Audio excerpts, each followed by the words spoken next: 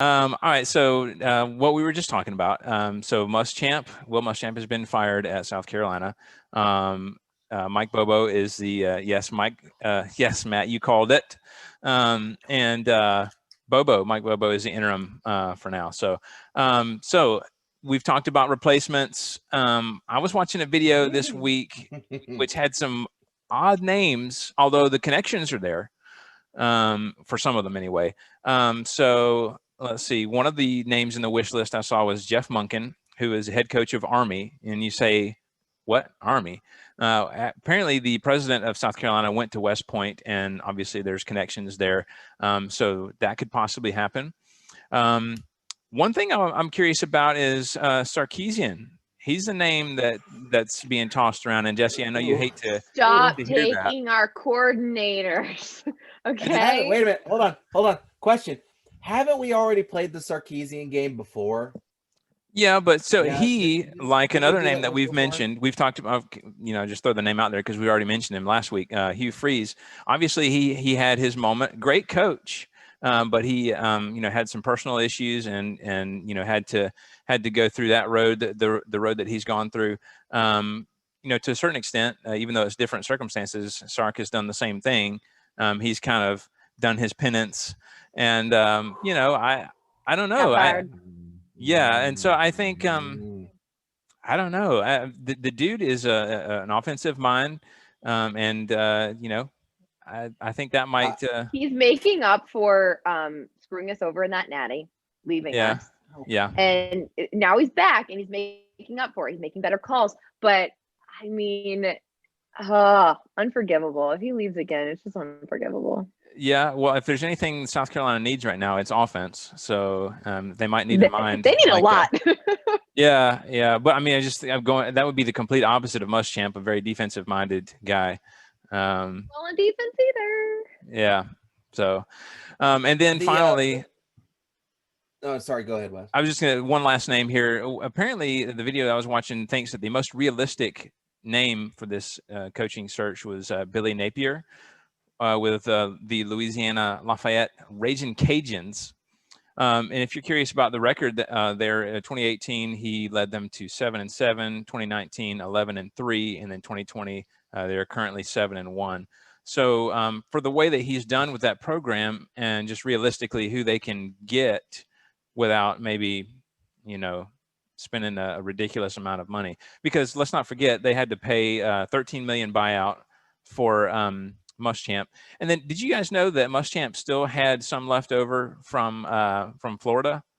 So I think it's somewhere in the neighborhood of $20 million. Now I'm not sure who all's responsible for that. But I was having a conversation with somebody else and they were talking about how it sucks. And don't get me wrong, it does. I'm sure it's humiliating to get fired, but he got paid $20 million to get fired. So. I'll get fired every day if I get $13 million to get fired. Please. Yeah. I get paid, lose my job. Yeah. Sounds like an ideal scenario. Matt, you had something you wanted to say. Go ahead and jump right into it. I was just looking at Army's record over the last couple of seasons, and it's not awful. They've been impressive 6-2 this season so far. 5-8 last season, so a little bit of a problem. The year before that, they went 11-2. The year before that, they went 10-3. Didn't they have they've won the Commanders Cup? Yeah, I think they did, and then they got as high ranked as 19th in the nation and won the Armed Forces Bowl the year they went 11-2. Yeah, they're not bad. So, I mean, that's and if you can win an Army, and which is already hard to recruit because you're not only are you trying to get kids to come to New York and play football in the cold, but then you're also saying, hey, after you get done with school, you gotta be in the military. Right. Yeah. If you can win the football games there, that's got to be worth something. And that the Napier, I've heard his name. They were talking about him a couple of years ago with one of the other SEC openings. So his name's out there too is interesting as well. But it's going to be Hugh Freeze, so it's a moot point. Yeah. Yeah, I just don't know. Weird vibe. Jesse, how do you feel about that? I still don't know how I feel. If I'm a university, I'm not touching that man with a 10-foot pole. That's how Carolina fans should be about Sarkisian, I think. I agree. I wouldn't hire Sark. I wouldn't hire Freeze. The Army guy looks like a promising guy, and then Napier looks a little more promising. But I don't know. I just wouldn't. First of all, I wouldn't, hire somebody that's bounced around a bunch. So you're getting rid of Sark, and then Freeze. I just don't. He can go to a Christian school all he wants. I just don't trust the PR nightmare that is Hugh Freeze. He's cleaned up his act. He's fine. So here's the thing. So I think I agree with you, Matt, and here's why. Because I don't think Freeze has anything that he can prove at the level that he's at right now. He's already shown us that he can take a team like Liberty and put them in, AP top 25. I think that's impressive in and of itself.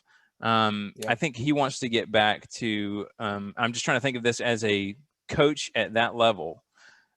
He wants to prove himself in the SEC, and I think he does.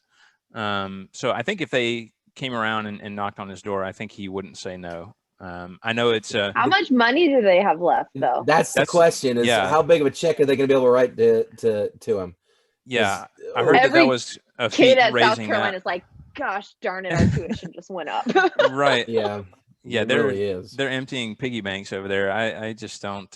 I know that it was kind of a stretch for them to do the buyout, but they made it happen, and they did it so they could get ahead of the coaching carousel. They wanted to be first in line for whoever came up.